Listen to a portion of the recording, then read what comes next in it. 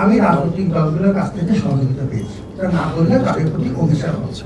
আমি বিশ্ববিদ্যালয়ের স্বার্থে বিএনপি প্রধানের কাছে গিয়েছি, জামাতের প্রধানের কাছে গিয়েছি, এনসিপি প্রধানের সাথে কথা বলেছি। তারা প্রত্যেকে আমাকে অসাধারণ সম্মান জানিয়েছে, অসাধারণ সম্মান করেছে প্রত্যেকবার। তারা খুব ভালো মতোই জানে যে আমি রাজনীতি মানুষ না, কিন্তু তারা আমার সম্মান দেখিয়েছে।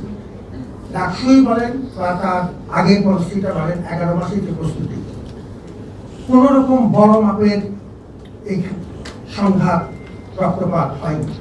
কারণ আমাদের রাজনৈতিক সংগঠনগুলো এবং ছাত্র সংগঠনগুলো মোটামুটি ভাবে একটা পরিমিতি বোধ বুঝিয়ে রেখেছেন এবং সহনশীলতা দেখিয়েছেন। এটি আমার প্রতি তাদের একটি বড় উপহার মনে করি এবং আমি তাদের প্রতি গভীরভাবে কৃতজ্ঞ। আমি এই কথাটা বলেই শেষ করতে চাচ্ছিলাম যে বহু মানুষের অবদান আছে আমাদের এই কঠিন সময়ে। আমি মাঝে মাঝে চোখ বন্ধ করে চিন্তা করি যে কি কঠিন সময় আমরা অতিক্রম করেছি, আল্লাহ রহমতে মানুষের ভালোবাসা। আমি অনেক মানুষের কাছে কৃতজ্ঞ।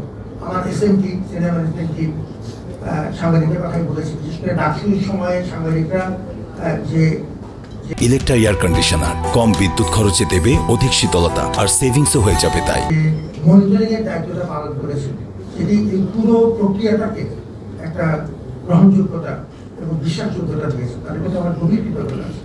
যে সাংবাদিক দায়িত্ব পালন করতে গিয়ে মারা গিয়েছিলেন, আমি এখনো, এবং এটা আমি এখান থেকে বলছি, তার জন্য কোন কঠিন ব্যাপার। আমি এখনো মনে করি যে রাজনৈতিক দলগুলো একটা সম্পূর্ণ রাজনৈতিক মানুষকে যতটুকু সহযোগিতা করা সম্ভব তারা শুরু করেছে। এটা যে আমি বলি যে করে যেটা উন্নয়ন হবে, এখন পর্যন্ত এরকম কোনো ইঙ্গিত আমাকে দেয়নি, বরং বিপরীতটা হয়েছে। আমি এটা কাউকে বলে এটা করিনি, আপনাদের সাথে হঠাৎ আজকে 2-3 ঘন্টার নোটিশটা আমি এটা জানালাম, এই কারণেই জানালাম যাতে এটা মনে না হয় যে কোনো রাজনৈতিক সরকারের প্রতি বিরূপ হয়ে বা তারা আমার প্রতি বিরূপ হয়েছে থেকে আমি চলে যাচ্ছি। আমি আমার দায়িত্ব যে মাপটাকে ভিত্তিতে দিয়েছিলাম, আমার বিবেচনা সেই মাপটাকে অর্জিত হয়েছে। আমি বিদায় করছি। এখন এই মুহূর্তে আমাদের যেন কোনো শূন্যতা না হয়, ধারাবাহিকতা যেন কোনো অসুবিধায় না করে, বিশ্ববিদ্যালয়ে স্মুথ ট্রানজিশন দরকার।